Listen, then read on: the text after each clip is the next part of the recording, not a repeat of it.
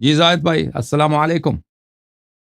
جی وعلیکم السلام حسن صاحب، کیسے ہیں علیکم سر؟ السلام، علیکم السلام، اللہ آپ کو سلام تھی تھے میرے بھائی۔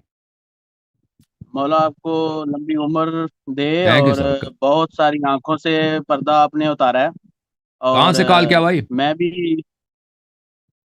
بیسیکلی سرگودا پنجاب پاکستان سے ہوں، لیکن اس ٹائم پہ سعودیہ سے بیٹھ کے کال کر رہا ہوں آپ کو۔ جی سر۔ تو اللہ تعالیٰ آپ کی عمر میں اضافہ فرمائے۔ میں جب نیا نیا مکتب میں شامل ہوا تھا ریسرچ کر کے، تو مجھے یہ کچھ علماء نے بتایا، تقلید کا پتہ نہیں تھا نا کہ تقلید کیا ہوتی ہے۔ ہوں انہوں نے فتویٰ لگا دیا تو آپ تو اہل تھی ہے ہی نہیں ابھی تک، پھر کیونکہ آپ نے تقلید ہی نہیں کسی کی وہ ہوں تو یہ ابھی آپ نے آنکھوں سے پردہ ہٹایا ہے کہ یہ تو مطلب کہ بس ہوں عجیب کہانی ہے یہ فرسٹ ٹائم پہ۔ تو ہوں سر مجھے کچھ فقہ جعفریہ کے اوپر بڑے سوالات ہیں میرے، دو تین۔ ایک تو سر عربی کا سوال ہے ایک، کہ قرآن میں ایک آیت ہے سلام علی الیاسین۔ اب وہ ہوں عربی کے آپ استاد ہیں، ماسٹر ہیں، الف زیر لام ال، اس کا عربی میں کیا مطلب بنتا ہے؟ اب سنی ترجمہ کرتے ہیں حضرت الیاس پر سلام ہو، ہوں میرے یا فقہ جعفریہ میں اس کا اکثر ترجمہ دیکھا گیا ہے تو آل یاسین پر سلام ہو۔ پہلا کویشچن تو ہوں سر یہ ہے۔ تو یہ قرآت ہے نا، وہ دیکھیں قرآن تو ایک طرح سے نازل ہوئی ہے نا، قرآن 10 طرح سے تو نازل نہیں ہوئی۔ تو اس کے قرآن کے قرآت میں اختلاف ہے، وہ تو یہی پڑھیں گے نا، وہ قرآن کی جو قرآت ہے ہمارے پاس، یہ اہل بیت علیہم السلام کے حقوق پر کے انکار پر مبنی ہے، لیکن یہ حجت ہے، اہل بیت علیہم السلام نے کہا اسی طرح پڑھو، یہی پڑھیں گے ہم نماز میں، یہی پڑھیں گے، دوسری طرح سے نہیں پڑھ سکتے، ٹھیک ہے نا؟ لیکن اس سے اصل وہی ہے، آل یاسین ہے، اصل وہ آل یاسین ہے، ٹھیک ہے نا؟ الیاس کا نام الیاسین نہیں ہے، الیاس کا نام الیاس ہے۔ آل یاسین یعنی آل محمد علیہم الصلاۃ والسلام، سب انبیاء پہ سلام دیا اللہ تعالیٰ نے، رسول اللہ صلی اللہ علیہ وسلم کے آل پہ سلام دیا، السلام علی آل یاسین، ٹھیک ہے نا؟ لیکن تو سر ہاں اس کا میں کیونکہ اصل عربی کے اندر آپ بہتر بتا سکتے ہیں کہ آراب تو نہیں ہے، آراب تو لگے نہیں، ہیں حرکات ہیں، حرکات تیسرے خلیف۔ نہیں نہیں، حرکات تو نہیں، وہ حرکات لگا دیا، لیکن تلاوت ہوتی تھی، قرآن مجید کی تلاوت ہوتی تھی، لیکن تلاوت کے دیکھیں مختلف، یہ دیکھیں قرآن کو جب عثمان نے سب قرآن جلا دیے اور اس نے 6-7 نسخے قرآن کے بنا دیے اور مختلف شہروں میں بیچ دیے، ان نسخوں میں آپس میں بھی اختلاف تھا اور مختلف شہروں میں لوگ اس قرآن کو مختلف انداز میں پڑھتے تھے، ٹھیک ہے نا؟ اور پھر کیونکہ اس میں حرکات تو نہیں تھے، نقطے بھی نہیں تھے نا، مختلف لوگوں نے مختلف انداز پہ پڑھنے شروع کیا، تو اس میں اختلافات ہیں قرآن کے پڑھنے میں۔ اب بعد میں جب نقطے لگا دیے گئے اور حرکات آ گئے، اعراب جس کو آپ بولتے ہو نا، تو اس سے وہ پڑھنے کے مختلف انداز بہت واضح ہیں، تو وہ قرآن مجید مختلف الفاظ کے ساتھ، مختلف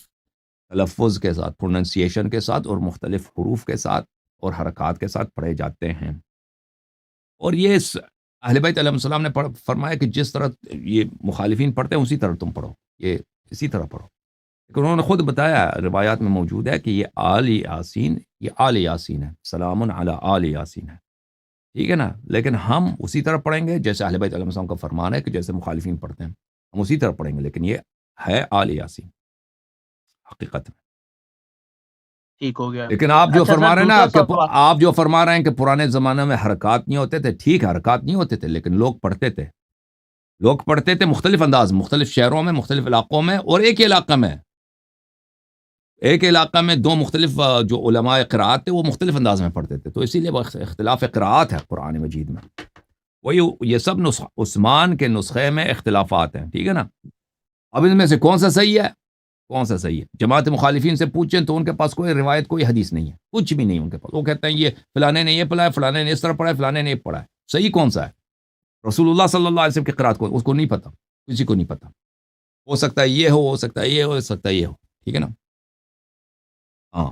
ہم کہتے ہیں کہ سر اللہ تعالیٰ نے دوسرا صرف ایک ہی طرح قرآن بھیجا ہے، ایک ہی طرح قرآن بھیجا ہے، مختلف انداز میں قرآن نہیں بھیجے، اور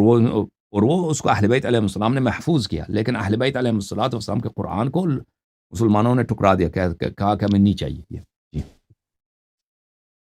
اچھا سر دوسرا میرا سوال یہ ہے کہ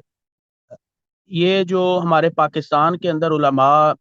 امام حسین علیہ الصلوۃ والسلام کی مجلس پڑھنے سے پہلے قیمت فکس کر لیتے ہیں کہ اتنے اکاؤنٹ میں عشرے کے پیسے بھیج دو، تو کیا یہ ان کے لیے جائز ہے؟ یا ہمارا موقف یہ ہے کہ ہدیہ جتنی کوئی توفیق رکھتا ہے اتنی ان کو دے دے، وہ چاہے کروڑ کی توفیق رکھتا ہے تو کروڑ دے دے، لیکن اگر چاہے کوئی بندہ بیچارہ نہیں دے سکتا تو اس کا مطلب ہے وہ ذکر حسین اپنے گھر میں برپا ہی نہیں کر سکتا۔ تو کیا جو لینے والے حضرات ہیں جو پہلے فکس کر کے لے لیتے ہیں،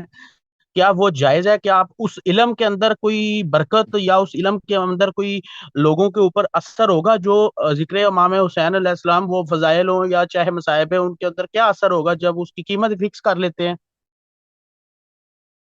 اگر کوئی کہتا ہے میں مجلس پڑھوں گا نا کہ تم مجھے اتنے پیسے دے دو، اس کا مجھے نہیں معلوم، میں نے کہیں نہیں دیکھا کہ یہ حرام بھی ہو سکتا ہے اس طرح کا فکس کرنا، یعنی اگر مجھ سے پوچھو نا میں تو، یعنی ایک تو بات ہے اخلاقاً انسان کو بہت ساری چیزیں کرنی چاہیے نا، مفت میں کرنی چاہیے، لیکن اگر کوئی پیسہ مانگے کہ میں شعر پڑھوں گا تم پیسے دے دو، ٹھیک ہے نا، پیسے نہیں دو گے تو میں نہیں پڑھوں گا، تو یہ کیا حرام ہے؟ مجھے ابھی نہیں، میرے ذہن میں بھی کچھ نہیں آ رہا کہ یہ حرام ہو سکتا ہے بھائی۔ اچھا بھائی دیکھو، یہ تو مجالس جو پڑھے جاتے ہیں اس میں بہت ساری باتیں غلط ہوتی ہیں، کچھ باتیں صحیح ہوتی ہیں، انسان کو ساری باتیں صحیح کہنی چاہیے، ٹھیک ہے نا، اگر کوئی ساری باتیں صحیح کہتا ہے ٹھیک ہے نا، یا اکثر باتیں وہ کوشش کرتا ہے کہ اکثر باتیں اس کی صحیح ہوں، چاہے لوگوں کو پسند آئے نا، ایسے لوگ تو بہت کم محدود ہوتے ہیں، اور اگر کوئی صحیح بات بھی کہے بھی لوگ اس کو پسند بھی نہیں، اس کو مقبولیت بھی نہیں ہوتی نا۔ ممبر تو ایک ایسا ڈرامہ ہے، بالخصوص آپ کے پاکستان میں جتنا جھوٹا ہوگا، جتنا سینسیشنل ہوگا، تلخ خیز میں وہ باتیں کریں گا تو وہ کچھ سچ کو اس کو کیا اس نے آپ کو جذبہ دینا، ٹھیک ہے نا، کچھ صحیح باتیں کچھ غلط، اس کا مقصد یہی ہوتا ہے، جس طرح ہو اتنا ہی وہ مقبول ہوگا۔ تو یہ لوگ پیسہ طے کریں، ان کو دیکھیں، ان کا کام سرے وہ بیس ہی سے خطا ہے نا، وہ تو آپ ایک بلڈنگ اگر وہ بیس سے خراب ہے تو آپ اوپر جا کے اس کو ٹھیک نہیں کر سکتے،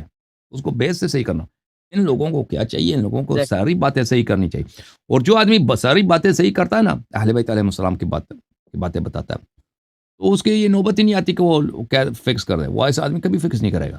اس آدمی کو کیونکہ اپنے کام کا پتہ ہے، اپنی کام کا عظمت کا پتہ ہے کہ میرا کام تو اتنا عظیم ہے، میں تو یہ اللہ کی عبادت ہے، یہ تو مولا امام عصر علیہ الصلوۃ والسلام کی خدمت ہے، میں اس کو کیسے اس کو پیسے کے معاوضے کے طور پر، مثلا اگر میرے پاس ایک کوٹ ہے، یہ کوٹ فرض کریں اس کی قیمت ہے 1,00,000 روپے، اس کو میں ایک آنے میں بیچ دوں گا بھائی، بیچ دوں گا اس کو، اگر ایک کوٹ کی قیمت 1,00,000، اگر فرض کریں انگوٹھی ہے، حضرت سلیمان علیہ السلام کی انگوٹھی میرے ہاتھ میں، ٹھیک ہے نا، یہ تو دنیا امریکہ، بینک آف امریکہ بھی ادھر آ جائے میں اس کو نہیں دوں گا، ٹھیک ہے نا، حضرت سلیمان علیہ السلام کی جو انگوٹھی ہے، اب اس کو میں 2 روپے میں دے دوں گا کہ میں آپ سے قیمت فکس کروں کہ 2 روپے دے گا تو میں انگوٹھی دے دوں۔ لیکن جو آدمی آپ کو صحیح بات سناتا ہے، اس کو خود پتہ ہوگا اس وقت کہ میں یہ جو عرض کر رہا ہوں، جو پیش کر رہا ہوں، یہ اللہ تعالیٰ اس کا معاوضہ مجھے، دیکھیں حضرت فاطمہ الزہرا سلام اللہ علیہا کی حدیث ہے کہ جو عالم آ کے ہمارے شیعوں میں امام عصر علیہ الصلوۃ والسلام کے غیبت کے زمانے میں ہماری احادیث سکھائے گا اور اس سے نواسب کو دفع کرے گا، ٹھیک ہے نا، اللہ تعالیٰ قیامت کے دن اس کو ایک ایسا لباس پہنائے گا، لباس فاخر پہنائے گا کہ اس کے ایک داغے کی قیمت وہ اس دنیا میں جتنا سونا چاندی ہے اس کی قیمت ادا نہیں کر سکتا، اس میں ایک داغا چھوٹا سا داغا اس لباس کا لے لینا،